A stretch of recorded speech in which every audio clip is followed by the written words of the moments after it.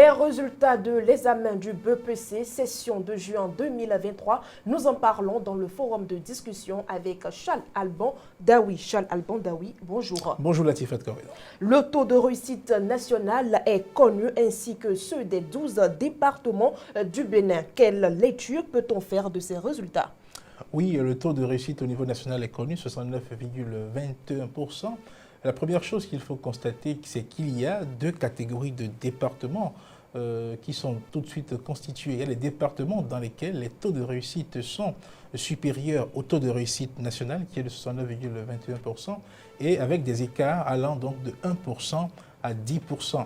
Quand on prend par exemple le département du Zou, qui est premier, il a un taux de réussite allant estimé à 79%, alors que le taux national est de 69,21%.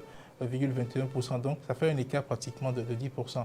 La deuxième catégorie de départements, ce sont les départements dont les taux de réussite sont inférieurs donc à 69,21%, avec des écarts allant de 1% à 15%. Quand vous prenez un département comme le département de l'Alibori, qui est dernier, c'est le département dans lequel il y a un écart par rapport au taux national avoisinant déjà donc 15%. Donc voilà, ces deux catégories de départements qu'on peut donc identifier tout de suite. Par la suite, il faut remarquer qu'il n'y a eu aucun département dans lequel le taux de réussite est inférieur donc à 50%. Autrement dit, dans tous les départements, sur 10 candidats présentés, il n'y a pas eu moins de 5 qui sont reçus. Donc voilà une autre lecture qu'il faut faire. L'autre chose, c'est de remarquer qu'il y a eu 3 départements qui ont fait des remontées qu'on pourrait appeler, qui ont fait des remontades, pour utiliser le mot sportif. Quand vous prenez le département qui est premier aujourd'hui, le département du Zou, il y a un an tout près, ce département donc était 7e. Quand vous prenez les collines étaient 10e en 2022 et les collines se retrouvent être 2e en 2023. Vous prenez un département comme le Plateau qui est dernier, 12e donc en 2022. Ce département se retrouve être aujourd'hui en 4e position. Donc ce sont des remontées remarquables qu'il faut noter. Et contrairement à ces départements qui ont fait des remontées, il y en a qui ont fait des dégringolades. Et ces dégringolades, vous voyez le Borgou, le Koufo, qui l'année passée était premier et 2e, qui se retrouve aujourd'hui en 2023 en 6e et 7e position. 6e pour le Borgou et 7e donc pour le Koufo. Vous prenez un département comme l'Atlantique qui était 4e l'année dernière, se retrouve cette année à la 9e position. Donc voilà un peu la lecture qu'on peut faire tout de suite à partir de ces statistiques-là qui ont été rendues publiques. Mais Charles Alban Daoui, comment peut-on expliquer ces remontées que vous venez d'évoquer? Oui, vous savez, les remontées, ça peut s'expliquer de diverses façons. Il y a plusieurs facteurs qui concourent sans doute à ces performances-là.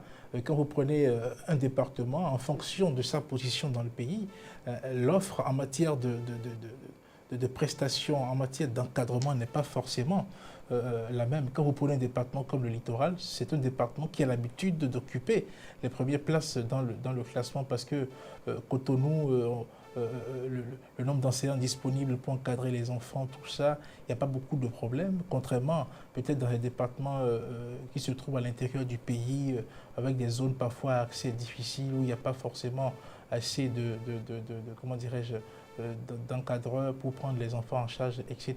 Donc quand on prend le cas de ces départements dont on parle, donc en dehors de l'offre, en dehors de l'encadrement des enfants, en dehors des résultats que les enfants eux-mêmes peuvent produire sur la base des enseignements qui leur ont été dispensés durant toute l'année scolaire, il y a un facteur qui n'est pas négligeable, c'est que c'est quand même étonnant de voir qu'un département qui est dernier une année se retrouve donc premier ou à des places intéressantes. Dans le fond, quand on fouille un peu, je ne dis pas que c'est exactement ça, mais ça peut être une hypothèse qui peut servir à faire donc des études dans le domaine. Il y a le facteur lié quand même à la participation des redoublants à un examen. Et donc, des départements qui peut-être occupent des positions défavorables pendant un temps, quand on fait le point, c'est sans doute des départements qui ont, à un moment donné, un nombre élevé de redoublants. Et l'année qui suit, ces redoublants-là qui, pour la plupart, vont continuer dans le processus, vont s'inscrire et qui vont refaire cette année, qui vont refaire une autre année l'examen, vont affronter l'examen avec en grippe, ce qu'on peut appeler une certaine expérience, parce que dans la vie, l'expérience, c'est juste le chemin que vous avez emprunté avant les autres. Donc, étant eh bien, face à un examen, non pas pour la première fois, ils ont une certaine expérience qui vont peut-être déterminer ou faciliter leur réussite, contrairement à ceux qui sont à leur premier cours. Donc, du coup, ce facteur-là joue. Et donc, du coup, il y a des départements dans lesquels le nombre de redoublants, vous allez voir que quand il y a un effectif important une année, l'année qui suit, il y a une sorte de chute de l'effectif, de nombre de redoublants, parce que ces personnes-là auront passé le cap, auront réussi à avoir l'examen qu'ils sont en train donc de convoiter. Donc ça joue également sur le taux de réussite au niveau départemental et ça peut expliquer par endroit la remontée que l'on assiste dans certains départements. Donc je disais que cela, c'est un facteur influent. Ce n'est pas que ça, ce n'est pas que ça.